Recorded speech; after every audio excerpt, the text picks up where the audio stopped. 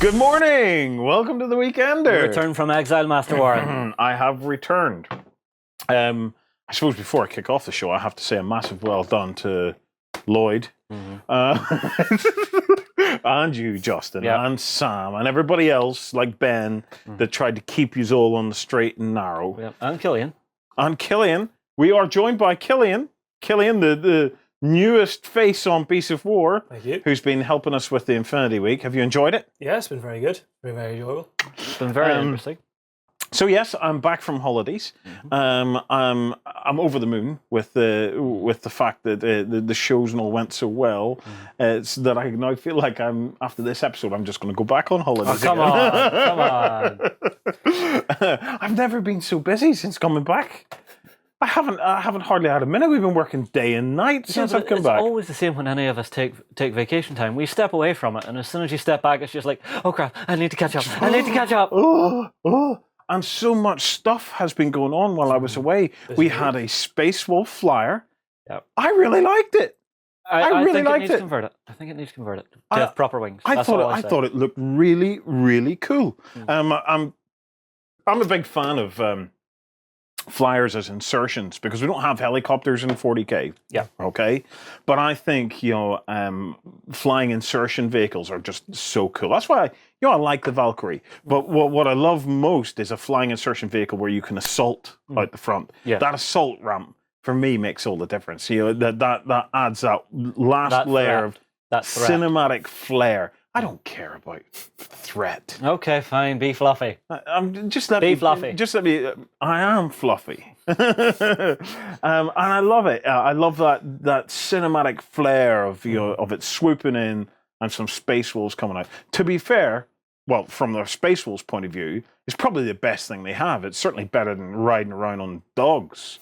Like, how stupid is that? You have guys in power armor riding around on unarmored dogs. Well, they're big on shoot the dog. Some of them are actually cybernetic. Cybernetic. So large. They have cybernetic components in them. Shoot the bit that is dog. It's simple. If you are looking for some awesome dogs, you got to check out there's the new release from Infinity. Yes. What are they called? Antipodes. Antipodes. There's a couple of different ways. I'm not sure how to exactly pronounce it, but antipodes. They're basically big dog soldiers. They are stunningly good. Wolves absolutely fearsome. Yeah. Oh, they would. I think they would be fantastic in a Space Wolves army as well. Yeah. So, okay. So what's going on? Of course, we have had Infinity Week. We're joined by Killian on the show. A little bit later in the show, we're going to have Mike. I'm looking forward to that. It's been a while since I've had a Frenchie on the show, so it'll be great to get Mike on. Looking forward to it immensely. And then at the end of the show, myself, Mike, and Killian are going to be talking a bit more about Infinity. Some of the things that we like about the new rules, how the rules compare to some rules in other games and stuff like that. There, and if you were kind of wondering why you might like Infinity, well, I'm going to be quizzing these guys to try and prize from them what are the things about Infinity that that make it something that we want to try. Before all that, if you're wondering about the tinfoil hats, I completely forgot I had it on. It's Games Workshop annual result time. We're trying to protect ourselves. Yeah, the conspiracy hats are on. Yeah, from all the conspiracies. We are going to be talking about all of that in Backstage. I've got a whole big segment on the Games Workshop results where we're going to do a full and thorough analysis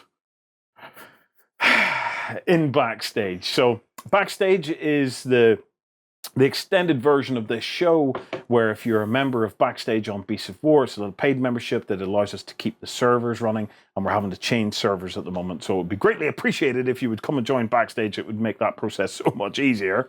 But it's an extended version of the show. We have a whole host of other content in Backstage, but it goes out on a Sunday morning, and one of the big topics in it is actually the GW results. We're going to be talking about that because I have some serious questions. I have some very, very serious questions that I want to raise about that.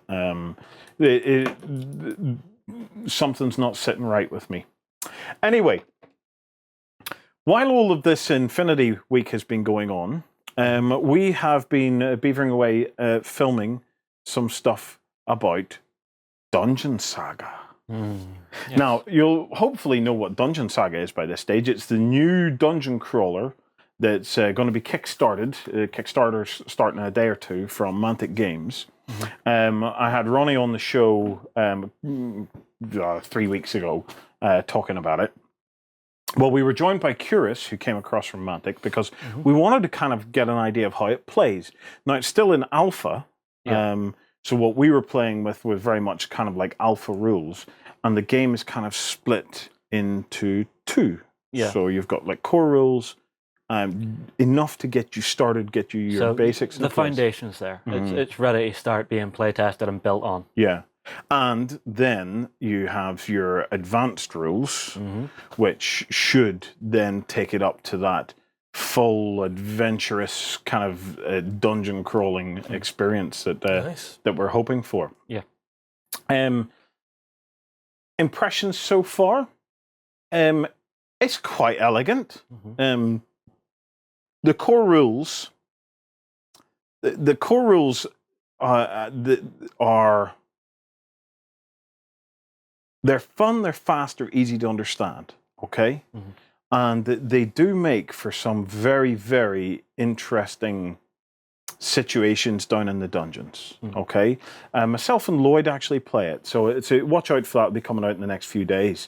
And the reason I was so happy about that, I've been really looking forward to this, is myself and Lloyd grew up with the dungeon crawlers. So this was an opportunity for me and him. Quest, etc. That's it. Yeah. Same here. So it was an opportunity for me and him to get a bit of dungeon crawling that we haven't done in so long now. And we were, I always play the barbarian, he always plays the dwarf, but we were playing 4 characters. So I also got to play a wizard, and he played an elf ranger that happened to be a lady. That kind of wound him up a bit, especially the whole time he thought that my wizard was female, until on the actual show it was pointed out to him, no, it's not, that's a man.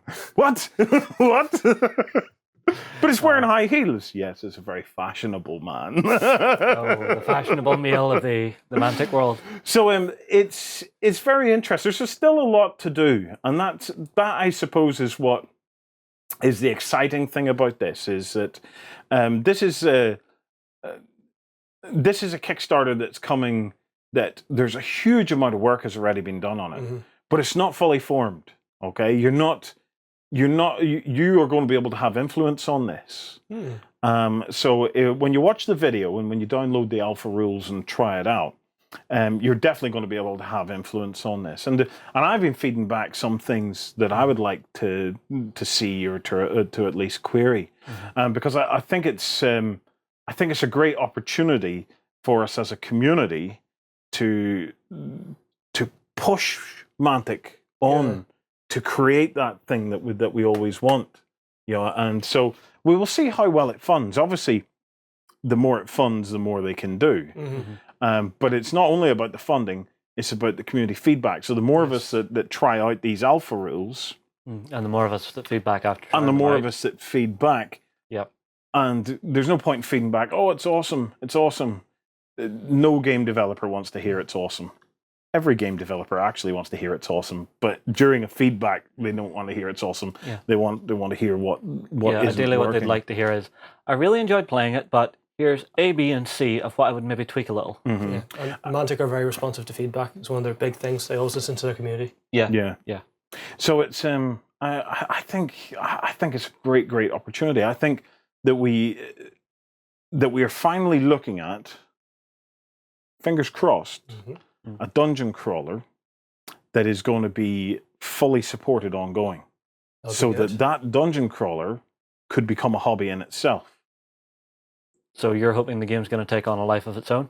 I hope so. I really hope so. Because you have Kings of War there, right? Yeah. With loads of infantry and monsters and things like that. And Kings of War is doing really, really well at the moment. Yeah, very well. And it's growing and growing. I'm hoping that this dungeon crawler will live on, and we'll get more sets of tiles and things that we can buy for crawling around different environments. Yeah. But more importantly than that, it looks to me that Mantic are going to do the thing that I always wanted Workshop to do, Right. which was to go through and do stat lines for every monster in the range. Right, so everything that's already in there is eventually going to get a stat line so you can port it into the dungeon. Correct. So if you want to go into a dungeon and fight off revenants, Yeah. you will have stat lines to do that. Yeah. If you want to go into a forest, there might be tiles for a forest, and you could fight the elves. werewolves. Oh yeah. So You could fight it'll werewolves. probably take them time to do it. And what they may do is they may block it into they'll do the undead range first, then they'll do the dwarven range, then they'll Yeah, do so the you'll have small Basileans. expansions that will come out for Exactly. each race as it's added. And That's a good a lot idea. of people have the undead because they were very good models. The undead were fabulous Yep, stuff. And the so- dwarves. And the dwarves, yeah.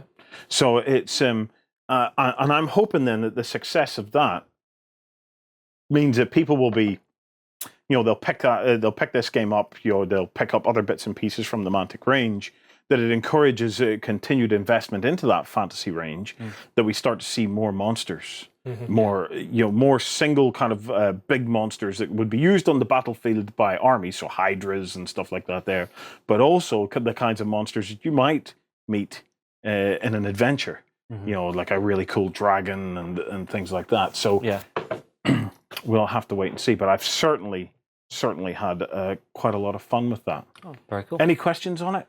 Anything that you can pick my brain on? Do you want to know? Nothing that really jumps out right now. I think until the videos and stuff are out Yeah. and the community have had their chance to say about it, I think leave it at that, move on. Well, the basics seem to be there. So there's magic. Yep. Some interesting magic. There's elegance. It was very, very quick and easy to play. That's always good. The bits that are not missing, but the bits that are undeveloped or we haven't seen yet, they're the bits that I think are going to be the real icing on the cake.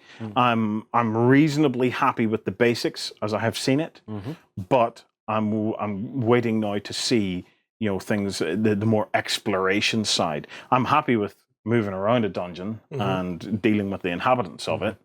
Now I want to see how you actually explore and excavate almost that dungeon to find all the cool treasures and... Yeah, well, there's one question that appears to me. You control the heroes. Who controls the baddies? How do they operate within the game? It's very simple. You fly someone in from Mantic. Well, it's actually an interesting question because several Coming Mantic to the games web store have now AI decks. So, for example, you can play Dead Zone with an AI deck to control, so you can almost play it one player. I wonder will they have something similar for this? I have no idea. I never even thought to mention solo play because for me, dungeon crawling is such a social experience that I would never consider actually playing with myself in a dungeon. It's well, and we're back to form now that he's home. It didn't take long, did it? No, but I've never actually considered, and I know that.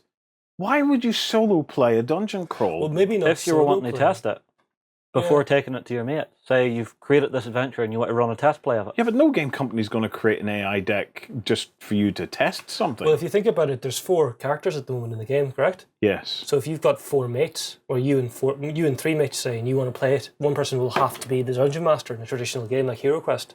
But Yes. what if you can all play a hero and you play against the board? It's a cooperative game then. You have the AI deck controlling the monsters, and instead of one person being the dungeon master, you are cooperating against the board game itself. So fully cooperative then? Because that's always a good draw. I mean, one of the best parts about playing the old Hero Quest and the old dungeon crawlers were working with your friends as heroes against the enemy. Well, Myth from Megacon Games already does that. Stay tuned. We have some big Myth coverage coming soon. Myth is a fully cooperative game, and they have a system called the Darkness that is kind of like an AI or an engine that runs the environments. So it's but what that kind of fosters is something a bit more gauntlet, very hack and slash. And that's one of the cool things. We didn't really know what Myth was going to be like, and then when it arrived, it was quite different from what I expected. It's a very kind of hack and slash. It is gauntlet on the tabletop. You're having to battle your way through hordes and hordes of monsters to try and clear the tile before moving on to the next tile. what I've played so far with Dungeon Saga is you have one player who plays the necromancer, okay, and what I like about that is it is a throwback to Hero Quest, where there's a genuine challenge there. There is genuine real evil, because I don't think by flipping cards you can ever really simulate what it is. What would be a tactical mind ordering the minions and monsters around. And it felt really cool. Like what we fought against skeletons, armored zombies. I even saw this the zombie ogre thing, and it is cool. It is big, huge, and mean. Yeah, components wise though, we as you'll see, we played with prototypes. Okay, but from my conversations with them and from looking at the minis are great.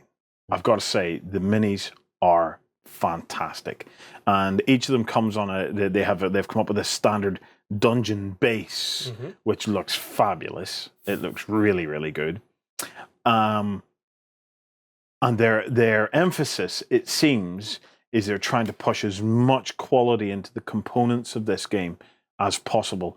I'm getting the vibe from them that they want to do this right first time. They want to create a game that you want to own the product, just because the product itself is so worth owning, and that everything else then is a bonus. But they want to create something very desirable. So I'm looking forward to seeing some high quality dungeon tiles. The counters being high quality. There's dungeon furniture as well. Oh, nice. It's where do you see this stuff? It is this. I know where. I'm hoping at least that what we're seeing is just the scratching the surface, and that the Kickstarter can take it on and flesh it out to a full development. But I think it's great. I really am looking forward to it. So there'll be more on Dungeon Saga next week. We'll be putting out that episode, and stay tuned. If you're a backstager, stay tuned next week, because we have a backstage interview, an exclusive interview with Ronnie, and an exclusive competition for backstagers that's to do with that Kickstarter. I think one or two of you may even guess what that might be. So yeah, it's probably worth joining backstage for that. In other news, we've had an article series running on Beasts of War now for a while called the 4 Levels of Wargaming. Yes. Okay. It's written by community member Ariskini, and it's been an absolutely fabulous article series. Basically, what he did was, we're all used to playing at the tabletop level with infantry and stuff like that. He has basically, over the course of these articles, take us a level up. So playing with everything as a kind of like a platoon or a battalion. Level up again, where you're starting to play with almost like moving complete armies and things like that, and right up all the way up to the top levels. And he's also been talking about how playing at each level can open up opportunities for gaming at the levels below. So a lot of the campaigns and things like that are actually potentially war games in themselves. And I remember this from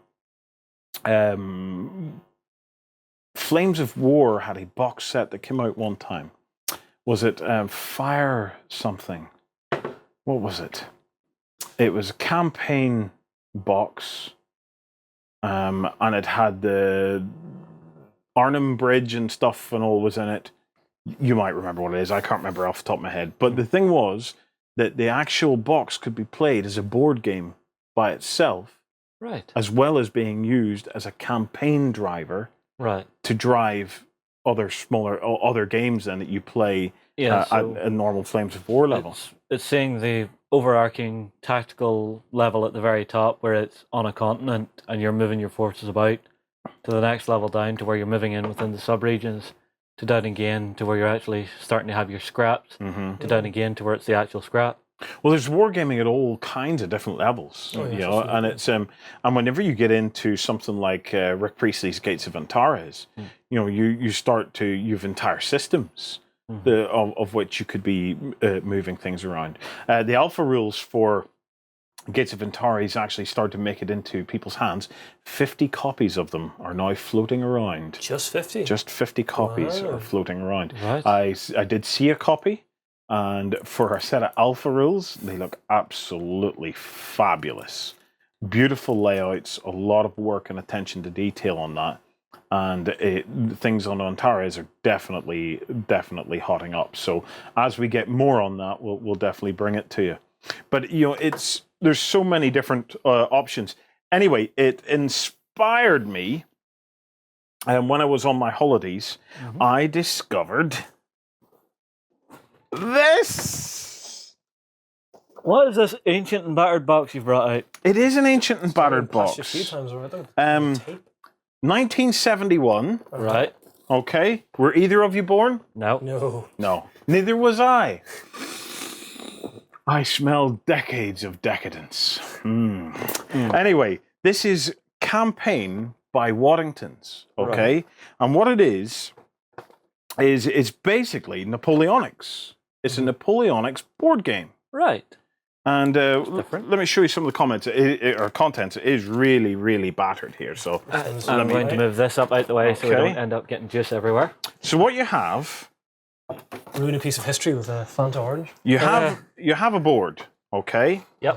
And that board is, believe it or not, that's supposed to be kind of like Europe, the continent of Europe. Yeah. Right. Okay. Austria, Italy, still on in the end. Spain, Yeah, you've France, got Russia, Prussia, Prussia. and Russia. Yeah. Good. So they are your Territories. territories, and then you have 4 armies. So you have the French, which are little green guys. Yeah. You have the, let me see, the I think it's the Spanish, or no, it might be, no, I think you have the English. Do you know what? I'm going to check the rules here, but just before I go off on one and get It's this a very completely small wrong. rulebook. Yeah, you have France and Spain versus Russia and Austria. So that is the armies that you have. It's a tiny rulebook, right? Yeah. Very, very So small. look, it's basically 1, 2, 3, 4 sides, four pages, 8 sides. And basically what happens is that on this board, they have everything you need. This is how simple a mechanic can be, but how effective. There are clearly better games than this out there, by the way. But so on this board, you have rivers, which I'm not sure, I don't believe you can cross, and you have mountain ranges, which you can't cross. Yeah. Which means that as you're moving your armies around to do battle, there are kind of natural choke points and things like You're that. being funneled to certain locations where they want you fighting.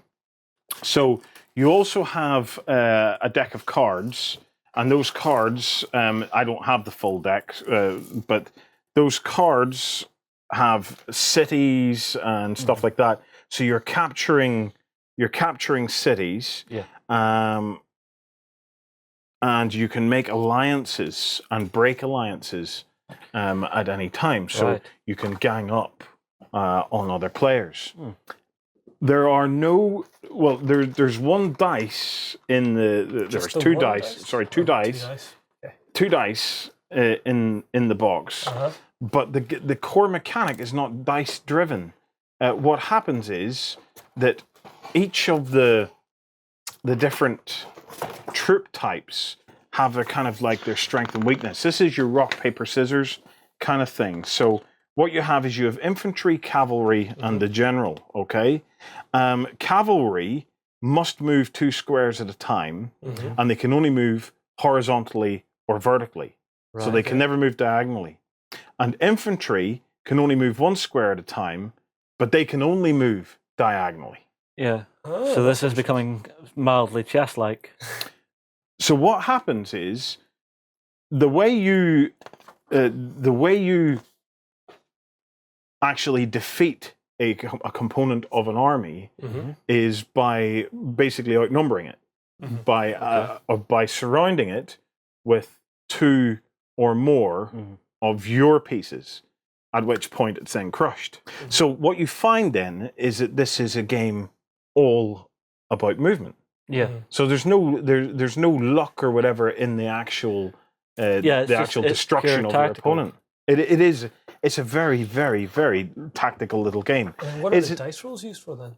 I'm not sure what the dice are even used for. Probably the dice are always thrown together at each player's turn. They're used only to move the pieces. They are not used to determine the outcome of an attack. The dice are maybe used to move just 1 or several pieces. For example, with a throw of a 7, a player can move 1 piece 7 times, or 7 piece 1 each, or make any combination that totals 7. Right, so your randomness isn't in fighting, it's in the actual movement. Yes, which makes perfect sense for a game at this level, because I've been going on about Waterloo and stuff like that for a while now, but it seems to me that the core strength of an army, especially in these times, was all about communication. Right.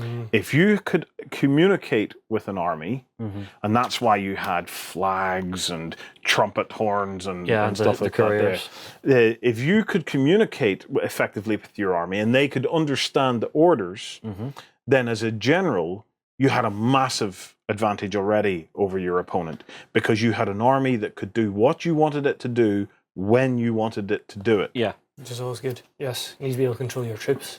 So if that was the main kind of issue that was faced by the armies of that particular period, then a really good way of modeling that is to say you will get a random amount of control over your army, and that signifies communication breakdowns and things like that. Yeah, there, it's not doing similar what you want to say. bolt action, where you're drawing the dice out of the bag, which simulates that randomness in communication.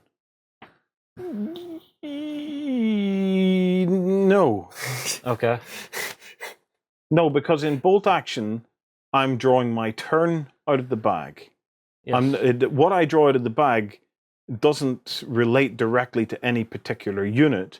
It's just saying it's my turn. Okay. So it's not quite. It's a bit like that. It's close. What I think in bolt action it models better is the kind of the fog of war, which is a slightly different concept between I have an army of 18 pieces. I really need 11 of them to move this turn, but unfortunately only 7 of them are going to react to my orders. Yeah. Okay. I think it's a slightly different kind of a feel. An interesting one. So, when I saw it, I immediately thought of the article series that's been run on Beasts of War, and I thought to myself, no, I'm going to have to pick this up.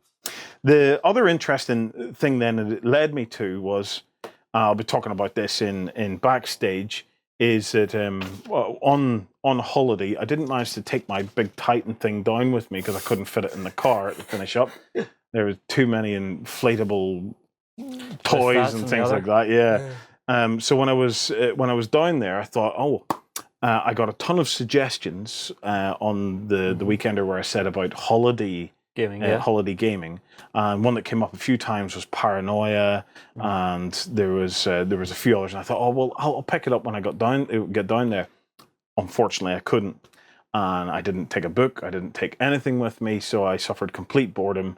And all I had on my phone, I thought, I'm bound to have a book on my phone somewhere. Right. So I checked my phone, and all I had on my phone was Sun Tzu's Art of War. Oh, come on. Really? Yeah. So you had to spend your 2-week vacation reading The Art of War. That's exactly what I did. Did you get the ideas? 6 a.m. every morning, march up to the toilet block, to rest, recuperate, think, get a load off, and reading Sun Tzu's Art of War. So attack your enemy where they are not. I absolutely loved it. I loved it. I've never actually read The Art of War before. It's one of those books, that everybody talks about. Oh, The Art of Yeah, War. everybody quotes from It especially got big in business back in I think it was the 80s or something. Everybody in business was reading Sun Tzu's The Art of War because it was how the principles were perfect for big business and corporations and stuff like that. It is actually a very, very good read, especially if you get a book that has an analysis alongside it, where there's an analysis of the actual pieces. I've had it dismissed to me by war gamers before, saying, "Oh, it's just nonsense. Always fight the enemy with the sun at your back and stuff like that." Yeah, there's a bit of that in there, but there's an awful lot of really crucial mindset type stuff. Like for me, one of the interesting things that came across was at the start. There's a story about Sun Tzu, right? Where now this is where I'm going to butcher history again, guys. So prepare yourselves. He wrote this manual for the Emperor Wu, I think it was, right? And the Emperor Wu invited him to the palace and said to him, "So, do you really think that this will work? And are you going to stand over your principles in this?" To which Sun Tzu replied, "Yes, I will." He said, "Well, okay, I want to put you to the test." And Sun Tzu said, "That's fine. Put me to the test." He says, "Okay, you're going to create me an army of 200 or something like that." And Sun Tzu agreed. And then he went, "But they're all going to be women." So Sun Tzu rounded up 200 women and split them into brigades or whatever they had of 100 each. So units. And then got 2 of the emperor's favorite concubines and put them as the commanders of each brigade. Right. Okay. And then proceeded to take them through training. They had pikes and and how to stance with the pike and face forward, face right, face left. And they were then brought to the parade ground where they were going to then, demonstrate this to the emperor. And so the emperor is standing, you can imagine a big long parade ground, the steps up to the big red kind of Chinese building. You can imagine him up there looking down on this, and Sun Tzu called out right turn. So basically drilling them. At which point hundreds of ladies all started to giggle. And they thought it was all very funny. And Sun Tzu then apparently said to one of his companions or whatever, if they haven't reacted on this first, it may be because they haven't heard me. So on this instance, it's my fault.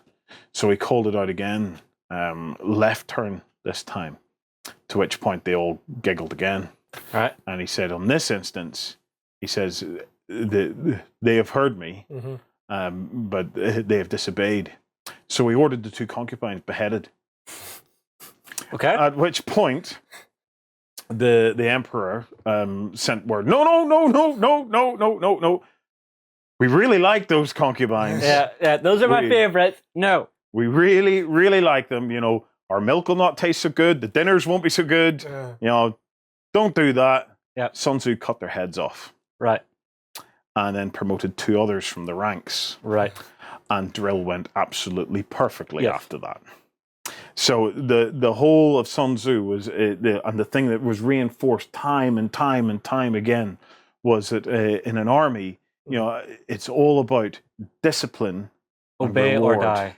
Yeah, discipline and reward, and you can't. It's such a delicate balance between the two, because if you have too much and not enough of the other, your army will not function, will not perform.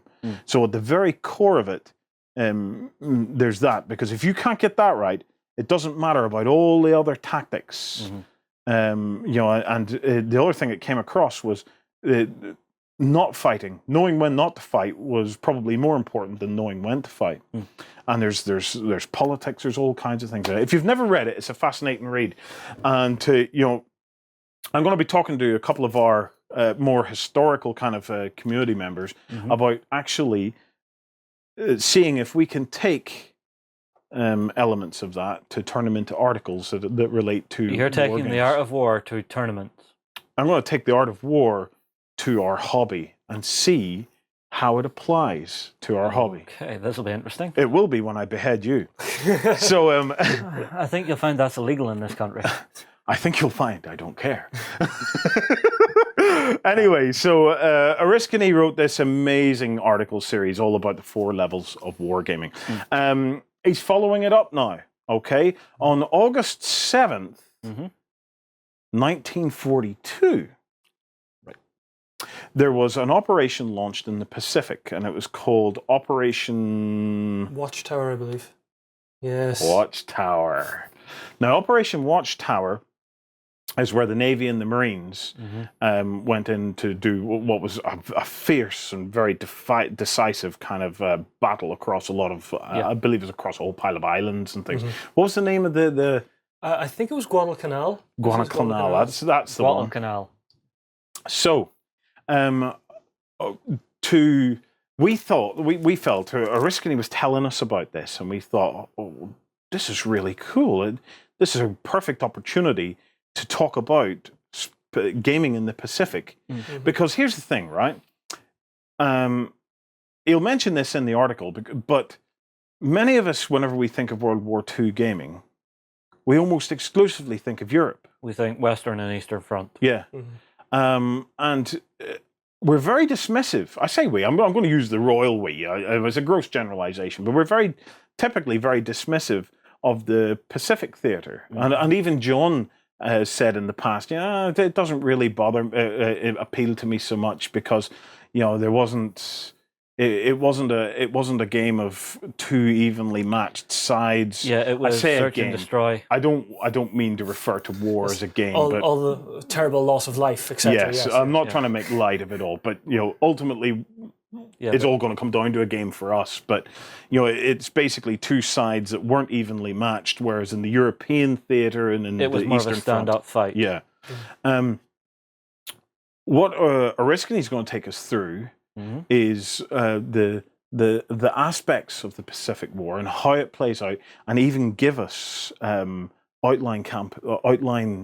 campaigns or outline ways to actually play games in the Pacific, because he thinks it's been grossly overlooked, that there's so much fun and interesting things to be seen in the Pacific theater. Would you have a campaign map with each person taking on a certain sector of an amount of ground? No, he's going right down to the miniatures level on this. So it'll take us right. We'll have to wait and see, obviously, until the article comes out over the course of the next.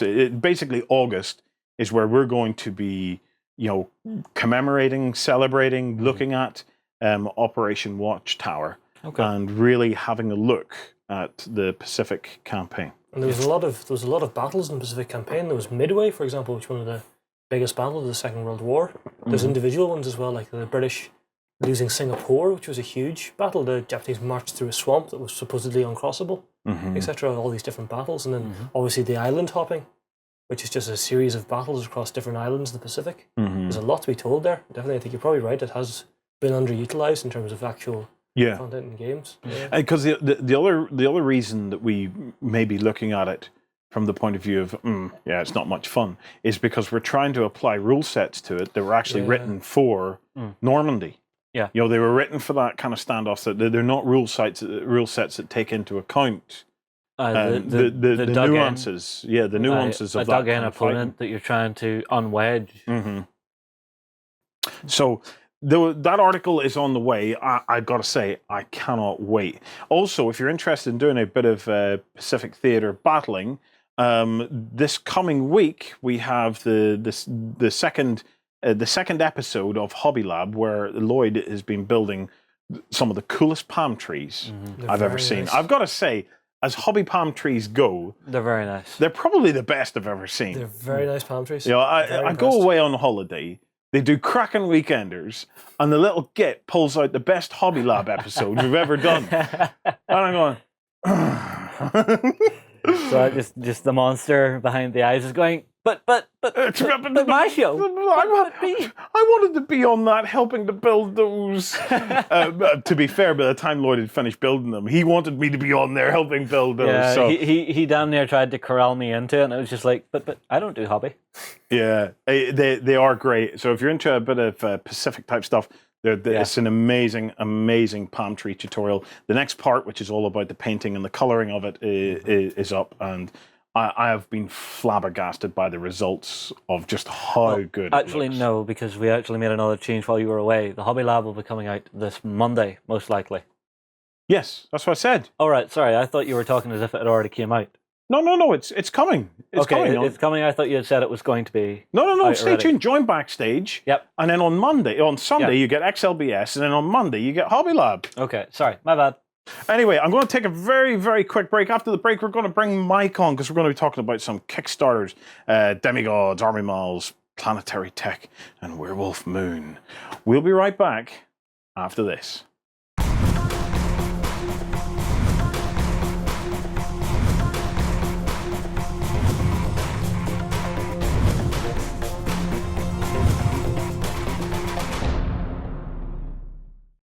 And we're back. General Mike is upon us.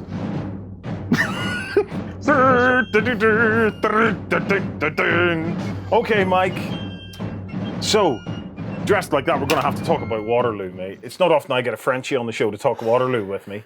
Here we go, 50 minutes, lads. So, apparently, Napoleon was a great legislator. He was. He was a good legislator for the whole Europe, I believe, and well, I'm not an historian myself, but from what I studied in high school, the French school really, into Napoleon stuff, and we have been taught a lot about legislation. Sorry, that's hard. Yes, legislation. Napoleonic legislations, and it was a great legislator. So, do you definitely still feel the effects of that single man, though? Forget about all the wars and stuff, but in terms of what he did to government and stuff like that, do you still feel are they just old structures, or are they still specific laws and things like that there, or like how much influence does it have even on modern day? I won't be 100% of it, but I'm pretty sure that we still have some laws in France that actually come from Napoleon himself. Who actually Napoleon did so slow by himself. Yeah. He wrote a full legislation, but I mean, you've got people who likes him, people who don't like him. Personally, I'm not a big fan of Napoleon, even with a hat on. But yes, explicitly made by the good Master Wall. Well, Mike, it's a pleasure to have you on the show. Over the next little while, I want to talk about some Kickstarters that are coming up. You look so dashing in that, Mike. Thanks, love. Right, first things first. Yes. What's coming to Kickstarter? So, Dungeon Saga is coming to Kickstarter. Probably should launch on, I think, a Monday or Tuesday, like potentially. Just keep an eye out for it. Just launched, I believe, is a Kickstarter called Demigods. Yes, I've been keeping an eye on this for ages. Now, I was lucky enough to actually receive into the post a big box of bits and pieces from Demigods. Okay, to actually try out. So I've been having a go with this game to get to grips with it and see what it's like. So Demigods is a board game for up to 4 players, and what you are is each of you are a demigod. Okay, so you could be the illusionist. Yep. The protector. The tactician, or the warlord. Yep. Now you're the sons of an overall god, and that god is dying. So now you, each of these guys are fighting against each other to take over from their dad to get the throne. So what they have is they build basically a force of henchmen, okay, to support them. And I have the henchmen here. Now, this is all kind of prototype type stuff. So the card is a little bit thicker, a little bit heavier. It's all very prototypey. I actually like that. It's a very nice finish on It's a beautiful finish. It's very, very unlikely to be the final finish, though, of the game. I think the final finish of the game will be tighter and easier to pack away into a box. But the artwork is absolutely great on this stuff. So here you have Black Wolf, which is from an orc faction. That's from her faction there, is the ogre. Here you have the Overlord. Mm-hmm. And then you have a bunch of different stats, like their initiatives, their attack number. It's quite a complex game. Okay, Yes. So it's a game that's going to take you maybe 2 or 3 kind of turns before you really start to get a hang of it. So it's one of those games that you're not going to master this game straight off. You're going to be able to play it because it's not impenetrable to complexity. The complexity layers as you go. Right. So what you do is you and your henchmen basically are getting together and having a battle, and you battle on a board. So this is the prototype board that I've been sent, which is really, really nice. And as you can see, you have this kind of exterior circle around the outside. This is kind of like a pit where your actual miniatures can be pushed into. So the miniatures have been made, and there's pictures of the miniatures available now. But in this kind of prototype, I have these kind of tokens. So what you have is you start off with a deployment. Yep. And then you can move, but you move a little bit kind of like chess, but the fact that it's played on a grid circuit is the only thing it has in common with chess. Miniatures have to face a particular direction. Yep. They can be attacked from behind.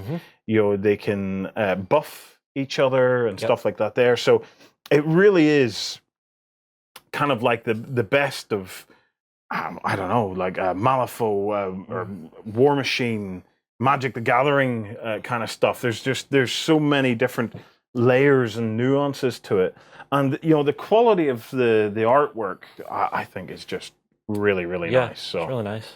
So even these kinds of things which are temporary, the miniatures just look great. Yeah. So if you haven't checked it out yet, Demigods is definitely worth checking out. It's a great game. You're going to get hours and hours and hours of fun out of that game because there's just so many options. As you mix up your henchmen and try all the different warlords, it just makes for a very, very involved and interesting game. Yeah, I'm actually saying here we're not shy of a few good-looking female miniatures in amongst all this.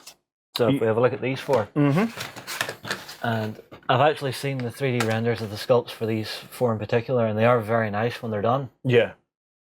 So you will have something pretty to look at while you're at it. The production values of this game are just superb. Absolutely superb. It is a very, very, very well designed game.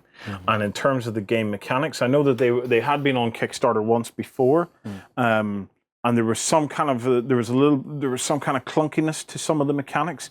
They've been back and completely refined all that, and took all the feedback that they've got, and then they're coming back once again with a more streamlined game that's actually a lot of fun. It's pretty brutal. Cool. It is pretty brutal. So that is Demigods. Another one that's worth checking out. Do you play any X-Wing, Mike? Heard about it, so a bit, but never played it actually. Well, we're going to have to change that, and boy, oh boy, do I have the board for us to play it on. There's a little Kickstarter out there. It's called Planetary Tech, and what they've done is they've created this awesome kind of resin pieces for creating a Death Star. And it just looks great. It looks absolutely stunning. And the great thing about X-Wing is I think from the moment that everybody saw the game, everybody wanted to play the Death Star run. So it's like everybody was the like, trench run. Yeah, how are we going to do the trench run? This is a great little Kickstarter, just ideally aimed at recreating that. Another one we have that's well worth mentioning is Army Moles. This looks like a weird one. Yeah, do you know what? Let's see if we can bring up a little bit of a trailer for it. Meet the Army Moles. Now onto your field training, Private. Behind me you can see the board on which the tournament is held. It is fixed with hexagons because hexy is the new sexy. Okay, first things first. You might have thought that we will let you drive the tanks. Wrong, rookie. We will only let professionals inside our high-tech vehicles. Your first task will be actually to gather the crew that will operate them. Worry not, there are plenty of unique commanders to choose from, each with a different playstyle and abilities. Okay, it's a board game all about war, once again, but it's very cute and fluffy. You say cute and fluffy, there are tanks. Yeah, tanks can be cute and fluffy too. There is a chicken in samurai armor. What the hell? If I were a chicken, I would want to wear samurai armor. Really? Okay. Samurai armor's perfect for a chicken. It's just so kooky and zany. I love zany. It's go and check it out anyway. If you're into your board games and you want a cracking little game, it's quick to play. It looks like a lot of fun. Yeah. We're trying to see if we can get the print and play version of it. You can actually go onto their Kickstarter and get a print and play version of it to try out. So it's definitely worth trying out. So we've got Lloyd grinding away to try and create a printed version for us to try out. Wait, Lloyd's creating a printed version? Yes, he's printing it out and cutting it out for us. Right. Yeah. He's not creating a printed version from scratch. No. He's being sent a printed version, printing it and cutting it out. Okay. No. Yeah, I was just thinking lawsuit. No. He's downloading a Yes. free printed version. Yes. Printing it, that's cutting it available to everyone. Yeah. Printing it. Yeah. Cutting it out. Was that not what I just said? No. Okay, so I've said something wrong. Yes. Okay. No. No, but yes, but no, but why? Yeah. Anyway, we're gonna have a go on it, and hopefully we'll get to talk about it a bit more in the weekend or next weekend where we get a chance to check it out.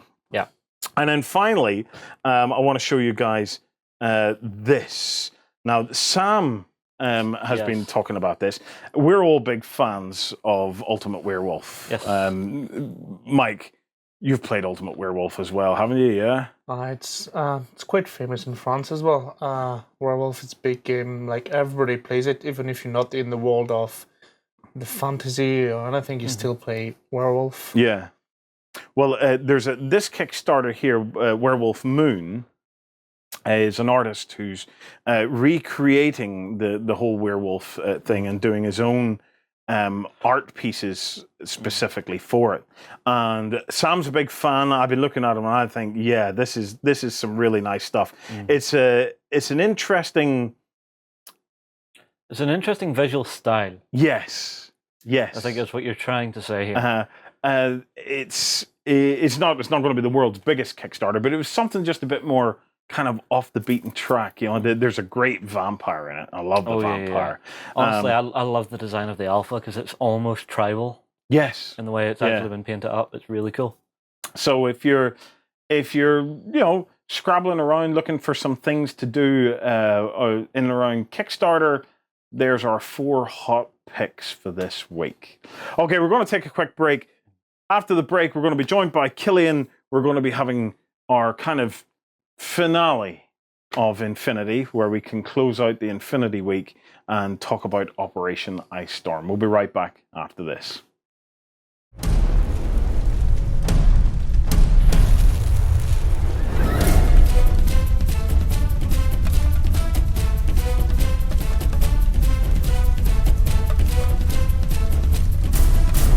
And we're back. So, gentlemen, Operation Icestorm Week is now coming to a close. What an interesting release. I am very, very glad to see it. If one game needed a 2-player starter set, it aimed specifically at getting the new player in. And it's very much a product of its purpose, if you know what I mean. It's a product that I feel, and certainly from watching Justin's interview Carlos on the whole designing Operation Infinity, or Operation Ice Storm. A lot of attention was made specifically to who it was kind of targeted at, at that new player, and getting them into the game. It's the ideal jumping in point, definitely. I mean, there's everything about this box is designed to teach somebody how to play and give them 2 really solid armies to expand upon. Yeah, it's a fantastic starter box. But let's talk a little bit about version 3 then, Mike. Because I know that Mike is absolutely chomping at the bit now to get into version 3. It feels like an eternity for you from the moment you heard that it was coming. For hardcore gaming players, Operation Icestorm is not what we're waiting for. We want third edition. The big thing's still to come. Yes. The only thing you find probably in the rule set in Operation Icestorm, some basics of what the third edition is going to be. Yeah, and of the basics that you've seen, right? So the likes of the camouflage rule, the new weapons ranges, measuring from the edge of the base as opposed from the center of the base. How do you feel about the changes that you've seen so far? I think they're pretty positive, actually. I think it's unifying a lot of the rules. There's no more exceptions to the rule like there were for camouflage. Yeah. Now everything is much more unified. Gone are the sort of times when you'd have, for example, you wouldn't have an opposition rule in this case because he's attacking out of camo. Now the opposition rule, which is the core of the Infinity ARO mechanic, is now much more prevalent throughout the entire game. Yeah. So now nearly for everything, there's always going to be an ARO and an opposition rule, which is very good. It keeps the players engaged as well. And what about these new weapon ranges? I see a lot of people talking about, this is awesome, that shotguns now are suddenly becoming useful, perhaps? Were shotguns not particularly useful beforehand? Was it really a case of one guy with an HMD or an HMG spending all the points at the start of the game and doing as much as he could with it? To a point, yeah. I mean, the problem with shotguns was that they were only really good at close range, but even at that point, you were better off sometimes using your combi rifle because you had 3 shots to the shotguns too. But now with the +6, there's much more incentive to use your shotgun up close, so you have a much better chance of hitting.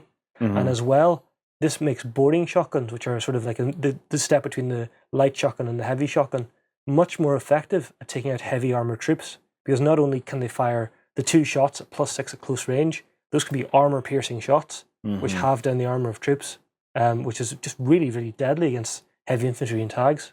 Makes them a lot more effective. Mike? Let's be honest, in-game, I've not a lot into the situation where I'm quite close to another model, okay? So therefore, I never had the chance to use the shotguns that much. There's a couple of situations with model, you got infiltration, assault pistol, or light shotgun, where you maybe want to try to use those weapons. When I read the rules, they all seems to be an update, a good update, okay? Yeah. The problem here is we don't have any experience yet, okay? Unlike, I would give an example, Malifaux, who gave a year of beta, I think. They've got a year where people could try the game and give feedback, and then you got the final version. Here, we'll have third edition, and we will have to sort it out, see how it works. Are the new weapon range good? To be honest, on the paper, it seems better. Gaming-wise, I don't know yet. Yeah. I just don't know yet. Definitely some weapon get a boost, some weapon got nerfed. The HMG was maybe too powerful. I don't know. Well, again, by gaming, I will have a much better approach of what's good, what's not good. Is that change well good? Is that change weren't good? Now, another thing that erupted a couple of months ago was that Corvus Belli announced that they were introducing a new base size. Yes, the 55mm. Yeah. Now, at the time, that seemed to cause a fair bit of uproar. Now that we know that measurements is taken from the edge of the base, does that make things better? Does it make things worse? Or does it just not matter at all? It's what about this change of measuring from from edge to edge as opposed from center to center? Do you think it's but to me, it seems like an obvious thing because I always find that measuring from edge to edge is an easier proposition than trying to measure from the center of a model. Yes. And I think as well, because I've actually had some experience now with 55mm bases, they're a bigger canvas to put the models on. Some of the old models that were on 40mm bases, like certain types of remotes and tags especially, have moved to the 55mm bases. And they look a lot better on them, which is the thing. Previously, they would have had maybe base extensions because the model has a very wide stance. But now they fit perfectly on the 55mm bases. In gameplay terms, measuring edge to edge, not a vast difference. It'll be mostly now how this also affects the new silhouette rule. Because there's now a silhouette, everything is a cylinder, which means the models will be a lot larger, so they're maybe a bit easier to see in some situations. How do you feel about the silhouette rules that are now being introduced, where every model has this kind of cylinder as Killian says? So you have a almost like a template. So if you want to check a line of sight of something, you hold the template in front of the model. So it doesn't matter what way the model looks or is modeled. There could be prancing around all over the place. It's all based on the silhouette, the agreed standard silhouette sizes. It's always going to be hard. It's getting better. You give us a silhouette, which is going to make things better because some models are prone, some models are a bit all over the place. But you will still have a couple of arguments about line of sight. Okay, even with templates or here or here. You've got two different kind of approach in a war game. You've got the one where you say, okay, this model is height 1, height 2, height 3. This turn is height 1, height 2, height 3. If a model height 3 is being a turn height 3, you can't see it. Okay? If you see a part of the base, you can see the model. Okay? If you can't draw a line from this base to the other base, you have a line of sight. But if you don't have both lines, for example, you're in cover. Here in Infinity, it will still be about what I can see, what I can't see. It's better, but it will be still a line of sight. Okay. Proper line of sight. So I think Core Visibility wanted to stay true to the proper line of sight thing. Okay. And in the same time, give a tool to clarify it. To clarifying, to make it better to use. But you think about it, every time I want to have a line of sight, that means I have to remove my model, to put the marker, to re-put the model. No, you just put the marker down in front of your model. No, that doesn't work. No, we found out in the games that I played against yourself and the game I played against Carlos, which were demo games, we only had to take out the silhouette marker whenever there was real sort of point of contention. For most normal play, it's very easy to tell. So for new players then, obviously a new player now can look at Operation Icestorm, okay? They're going to be able to pick up everything they need to get those first steps in Infinity. There's a great set of rules in there that'll guide them through it. There's a terrain, so they're not going to have that initial terrain problem that many of us had with Infinity, where we didn't have enough terrain to make it work. It's all going to look good. What is it though that if we were to try and put into a nutshell for our viewers here, why they should consider getting into Infinity? What is the thing that they're going to enjoy about it? Can you kind of sum it up? What your own thoughts on that are, Mike? Infinity, I found a way that we can still I play my turn, you play your turn, but you're both playing together. But we still have plenty of interaction. Yeah. So that's the ARO that's causing that, though, isn't it? That's the ARO mechanic in a nutshell. That single mechanic is probably the defining thing about the game that really makes it stand out. Absolutely. In terms of its gameplay. This, and I think there's not many games with as many special rules as Infinity. When you play Infinity, you nearly feel like you play a role-playing game. Because when you listen to Infinity players after a game, they can make a story out of the game. It's like you can make a John Woo movie out of an Infinity game. You've got a guy who just climb all the buildings, they jump, shoot at two guys, kills them, they wall over, and then took a shot at the other guy at the other side of the table, wound him, and then go do the, I don't know, hacking the board and go back, running in his deployment zone and, give the thing to another. It seems like a sci-fi role-playing game, Exactly. but Yes. when you play it, you clearly have a taste of it's a war game. Yeah. It is a war game. So is it a case of whether it's been deliberate or by accident, they've created a rule set that actually truly brings the miniatures to life? The miniatures never feel like they're restricted. They always feel like they're able to do things they're capable of doing. Mike and I have played in a lot of tournament games. We have friends who play in tournament games as well.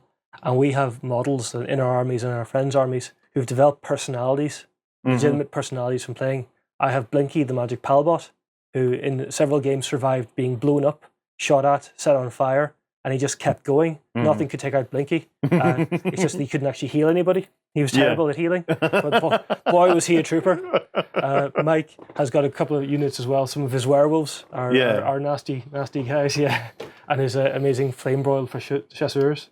I think it's called Karma. Karma, Yeah. And one of our friends plays Nomads, and Nomads are these guys here, and he has an infiltration troop that he has dubbed Colonel Mutumbe. Colonel Mutumbe it has either a stellar afternoon where he becomes the hero of the battle, or he pratfalls immediately after deploying and is taken out straight away. And he's just killed her immediately. Yeah. He's always asked our games, so how did Colonel Mutumbe do today? So how does a new player, though, coming to Infinity? I always worry a little bit whenever I start to think about the sheer number of rules in Infinity. Like, how do you remember them all? And how do you? Is it just a case of play what you need to play, keep practicing, and it'll come. It'll just come through games. I would advise this. First, it's a good thing if you can start with a friend, okay, which also is a noob, okay. Yeah. Both noob, you both do. That's perfect for that then. For example, that's for new players. It is really, really, really good. Yeah. I mean, if you're a new player were thinking about getting into Infinity, just jump. There's no, the new skills are just wonderful. You've got actually new role sets to teach you the basics of the game. I mean, for new players, it's fantastic. For players who comes into our group, for example, I always, that's the first advice. Pick a team you like, okay? Then learn it, okay? Learn every special rules of your guys, learn everything you can do with your team, and then expand a little bit. Slowly but surely, you will know. And how you will know about the game as well, because every time you play someone, the guy in front of you, if you're a bit curious, you will see, oh, okay, so this guy has this skill and he can do this to me. And when you're going to look in the book and say, oh, I also got a guy with this skill. So that means I can do it as well. Yeah. One of the big strengths about Infinity, and it's one of the reasons I really like the game, is that it's not a sort of you build your list, you put it on the table and it plays itself. Things play out that you would expect. There's an old mantra in the game, it's not your list, it's you. That's because it's very much down to how you use it. You're given the tools, but you have to make them work. Yeah. So you can pick units that you know, okay, I know I can use him as an infiltrator. I know you can use him as a sniper. I know I can use these guys as my infantry. But that's just the basic tools. You've got to make sure that you can hold the middle, take the flank, make sure your infiltrator goes in. It's down to your own tactical skill that wins games. If you put two players with the exact same list against each other, the better player will win 9 times out of 10 because he knows how to better use his troops. I partly disagree with this. I agree that the game is actually quite balanced, okay? Which means you don't have many models who go, I'm on the top of the mountain and you must take me, okay? There's no auto includes. There's no auto win, like, we used to say. But there's obviously some profile better than others. So the thing, it's not. But there will always be. But surely that's the. But it depends on the situation, and it depends on what you're trying to do. But there's a couple of stuff. If, for example, you started to be a thing. For example, we had the thing called Predator list. Yes. Okay. Now, what's Preda list? A Preda list is a list with a minimum of 6 or 8 Preda. Okay, there are 5-point models. So if you remember, we play about 300 points for a tournament game. So 5 points is not a lot.